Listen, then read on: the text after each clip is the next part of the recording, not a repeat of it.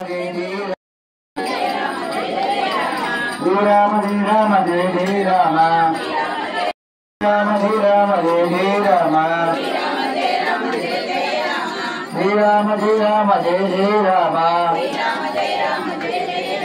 Rama Rama Jai Jai Rama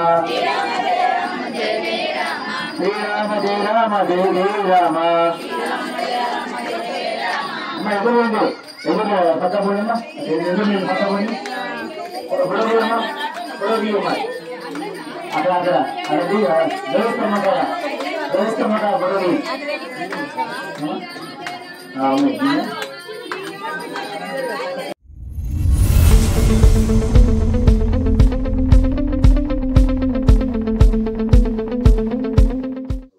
welcome to Edward ఫై news. Serilingampally Jayashankar విగ్రహాన్ని ధ్వంసం చేయటం బాధాకరం. కార్పొరేటర్ వెంకటేష్ గౌడ్ 124వ డివిజన్ ఆల్విన్ కాలనీ పరిధిలోని ఎల్లమ్మ బండలో గల తెలంగాణ ఉద్యమ సిద్ధాంతకర్త, తెలంగాణ ఆత్మగౌరవాన్ని తట్టిలేపిన ప్రొఫెసర్ కొత్తపల్లి జయశంకర్ విగ్రహాన్ని ఒక గుర్తు తెలియని వ్యక్తి ధ్వంసం చేయడం జరిగింది. మద్యం మత్తులో ఊగుతూ పిచ్చి పిచ్చి గెంతులు వేస్తూ పెద్ద బండరాయితో జయశంకర్ విగ్రహాన్ని పగలగొట్టి పైశాచిక ఆనందం పొందాడు.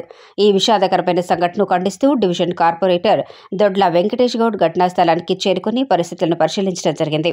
ఈ సందర్భంగా కార్పొరేటర్ మాట్లాడుతూ ప్రొఫెసర్ జయశంకర్ విగ్రహాన్ని పగలగొట్టడం బాధాకరమైన విషయమని, ఎటువంటి విషాదకరమైన సంఘటన జరిగినందుకు చింతిస్తున్నానని అన్నారు. బీఆర్ఎస్ పార్టీ 9.5 ఏళ్ల పాలనలో చిన్న చిన్న పొరపాట్లు కూడా జరగకుండా జాగ్రత్త పడ్డామని, విగ్రహాన్ని పగలగొట్టిన వ్యక్తి ఎవరైనా సరే కఠినంగా శిక్షించాలని అన్నారు.